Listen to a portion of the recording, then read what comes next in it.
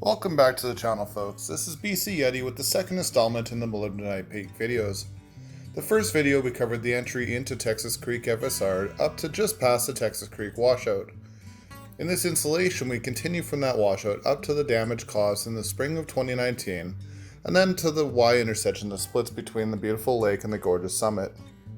In my opinion, this is currently the most dangerous part of the drive up to the actual summit itself and takes the most skill to prevent any damage or harm to your vehicle.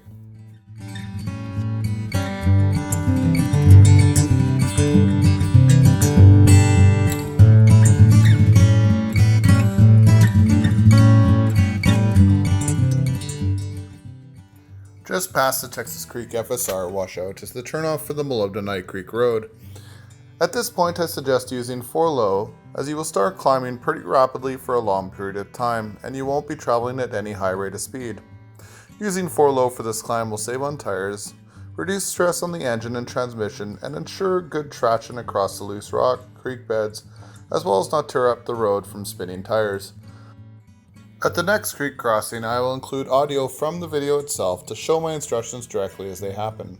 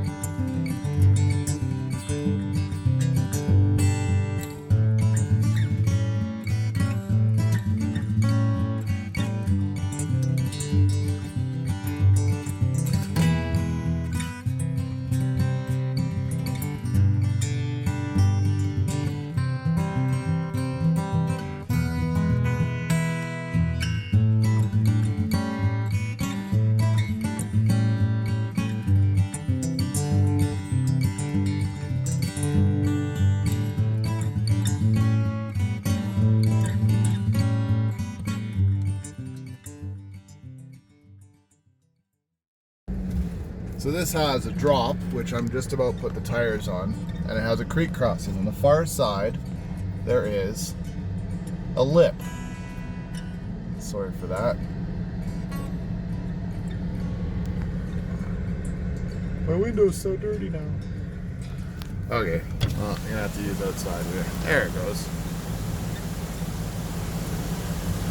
So, what you want to do is stick as high as possible, come off the lip, stay high, and put one tire at a time up the lip and climb.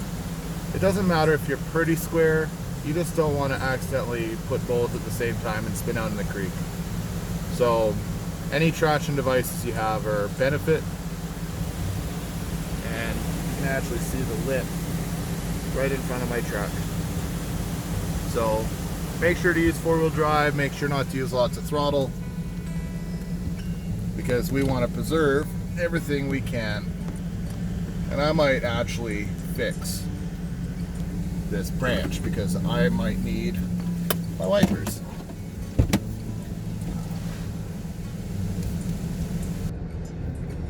Didn't even know I had it, but I found a feature to pause the video, so we are back. So you'll see the dip in the truck. It's not a huge lip, probably. Some people have driveways that have worse. You can stay nice and high. And you want to make sure your rear wheels don't come down in this creek too far. So if this water got any higher, this would be an issue. So now, let's see one wheel up, next wheel up.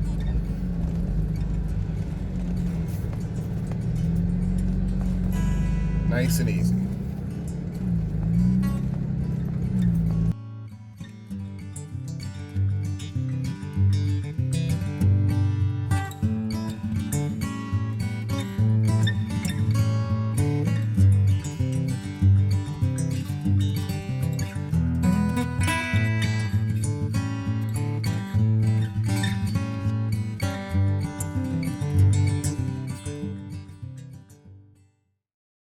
So here we find the start of what I call the Molybdenite Creek road slide. This section of road is built across a large rock slide that has boulders the size of cars and side-by-sides falling from the cliff above even just this year. The grades are from 100% to 200% on the low side, and rocks I see prove the point is why I believe this to be the most dangerous section of road I have displayed so far, and will not be matched until the summit road in video 4. Which leaves some people walking instead of driving. The rock in this section can make for an extremely rough ride, and low tire pressures of 10 to 15 psi are suggested for the smoothest ride and best traction. It is highly advisable to watch your engine temperatures as well as transmission temperatures during this climb, as it looks easy but is fairly steep and a consistent incline, and is the main reason I suggest using 4-low for this section. Earlier this year, in 2019, large rocks took out part of the road and made this section impassable to all four-wheeled vehicles. Some bikes did make it past and gave us pictures to work off of. Work done by two separate groups, out of the respect for the local Indian band who owns the land, helped make the road passable again with no compensation other than large smiles. I was lucky enough to be part of the first group and assist in the repair of the largest hole, while the second group used manual labor and teamwork to move boulders and rocks and make things more passable. There was also a fair bit of downed trees as seen in the pictures, and we used them to help fill the holes. This is a technique you can use if you're stuck in the middle of the bush, come across a broken road, and really just need to cross.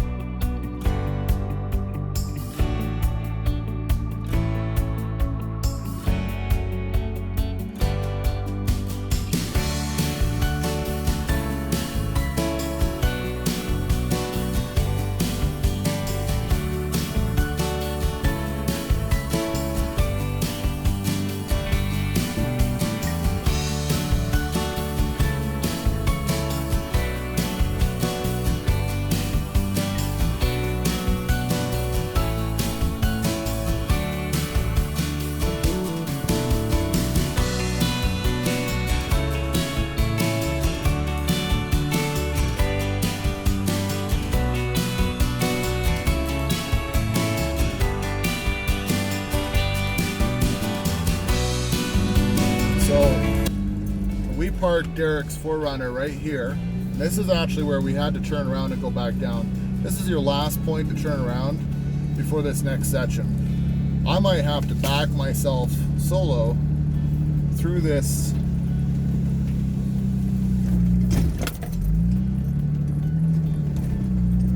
section that I helped create,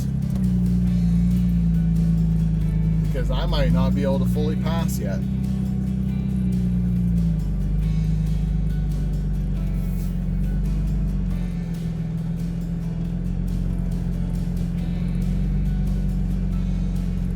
So 15 psi.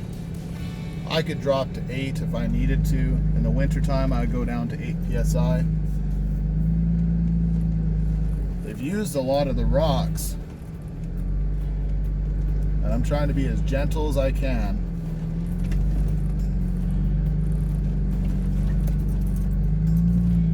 But they've used the rocks up here.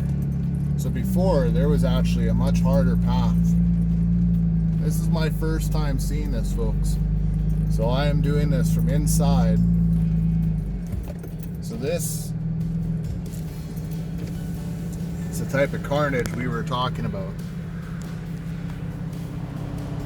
That is not a small tree. This rock was placed in the hole to help retain whatever else is put in the hole. Make sure no water and stuff takes any dirt. And something went over this edge and hurt everything.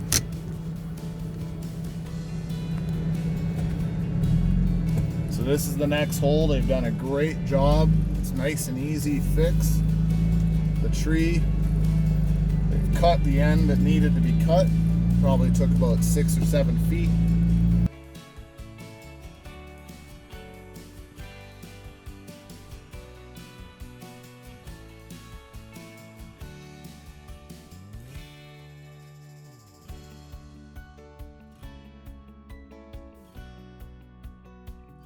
I have cut that rock as close as I can. And they have placed a couple rocks to drive across. So far, still fairly simple. Very well done, guys. But here's the next damage. Again, I'm gonna take the high side. If I took this too wide, the rocks will shift.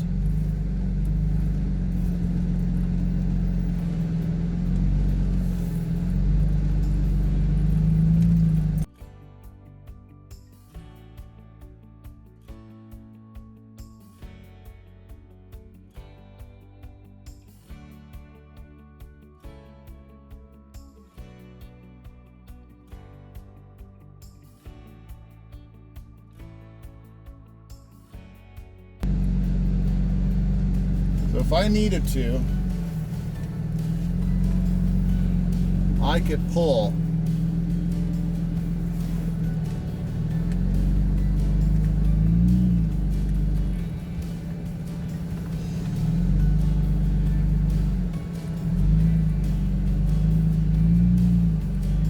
okay, so what I'm gonna do, because I am not sure about this, I'm gonna back up, take another look from inside the truck.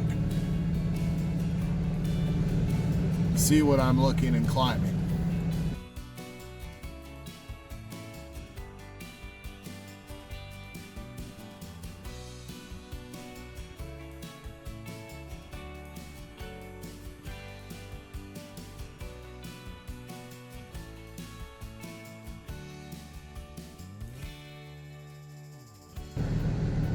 I've clearly made it around the one rock.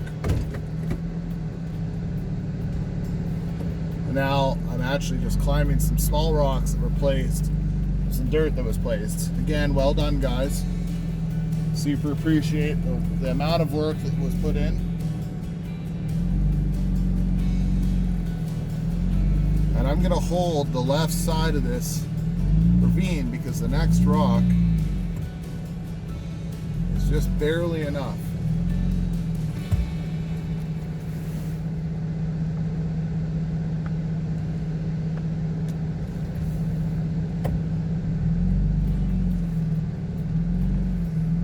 So that dip was my front right tire going over the edge slightly.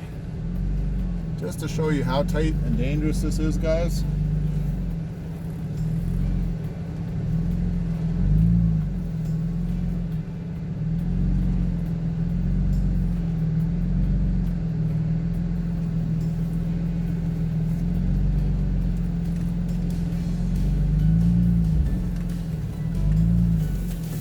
My rear tire touched the big rock, but so be it.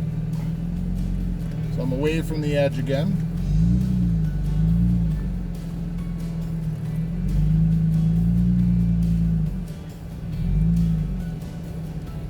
I'm take it as high as I can so I don't touch this big rock on the inside edge.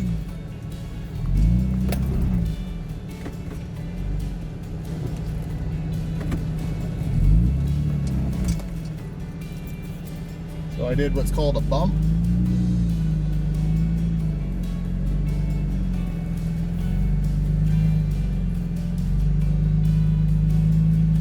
Now I'm going to slightly turn and see if I can make this corner without damaging my truck. Alright, while I'm pushing something, I have to take another look. So I'm going to back up slightly, make sure I have enough room.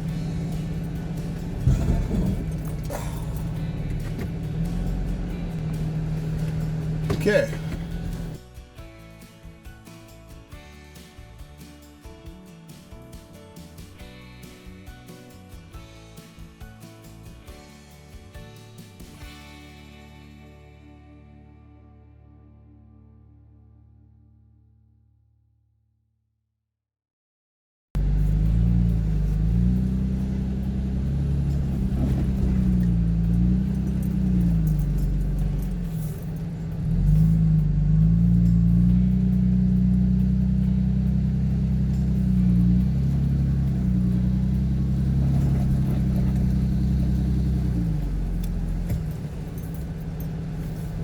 What I did is I went a little further forward first, but I know what's there.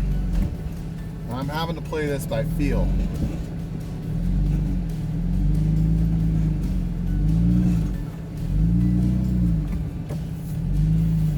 So I knew if I kept on going, I was going to make it past that rock. So,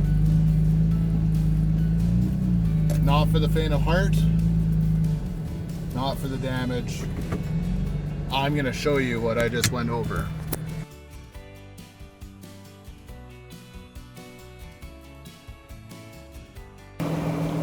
This is my truck. First time really seeing it in video. This is a small rock. I wouldn't even think of this as an obstacle. Okay. We are on an incline.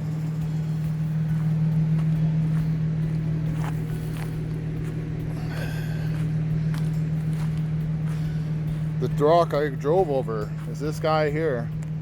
When I drive up and over it, you can see my tire marks. My front tire, I actually placed against this rock here. This could be moved. This was a small blowout, nothing serious. And I drove over that one too. And you can see, if you heard the noise, it's probably just ever so slightly touched. I'm going to show you where my tire went a little close to the edge. So to avoid this one, you needed to come wide.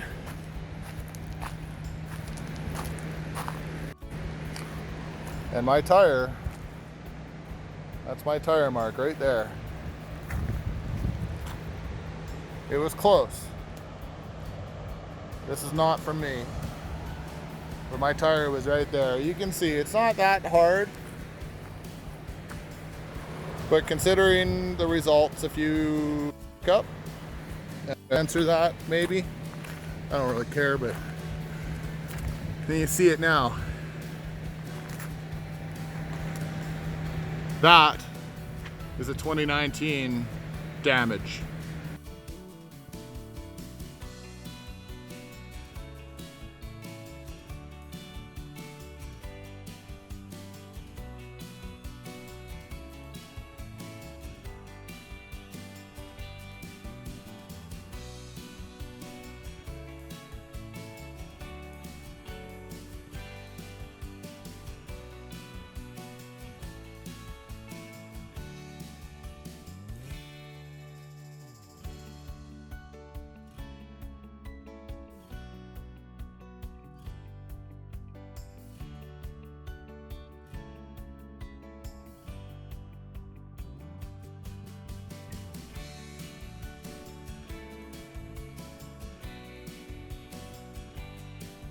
Once you leave the slide area, you will see that you are in for some classic BC pinstriping and a tight trail for a little while.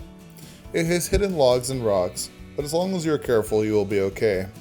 I highly suggest having at least a pocket saw or bow saw in your vehicle at minimum, but highly suggest a chainsaw or machete. A great option for the average person is a Milwaukee electric chainsaw. This is a great little trail saw that has lots of power and is shown to cut at least 12-inch round logs. The work shown in the pictures of this video was done solely with the Milwaukee chainsaw and had zero issues completing most all of the work on an old battery that had been sitting in the saw for months. There are other items of use in the Milwaukee tool lineup, so while it may be a little bit more expensive compared to other units, the need to carry fuel, mix oil, or even premix fuel will not be needed. Also, the fact that you do not have to try and start the saw at different elevations and let it warm up will pay you back in itself.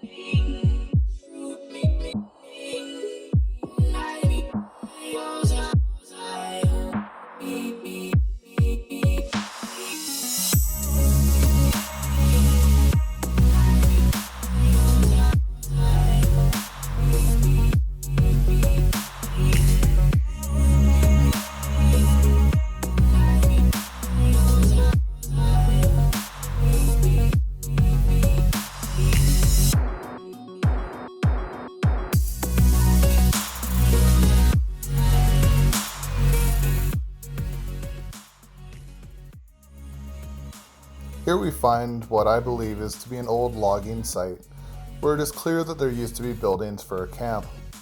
This is a possible camping location just past the established first logging zone that you cross, and it is suited for larger groups.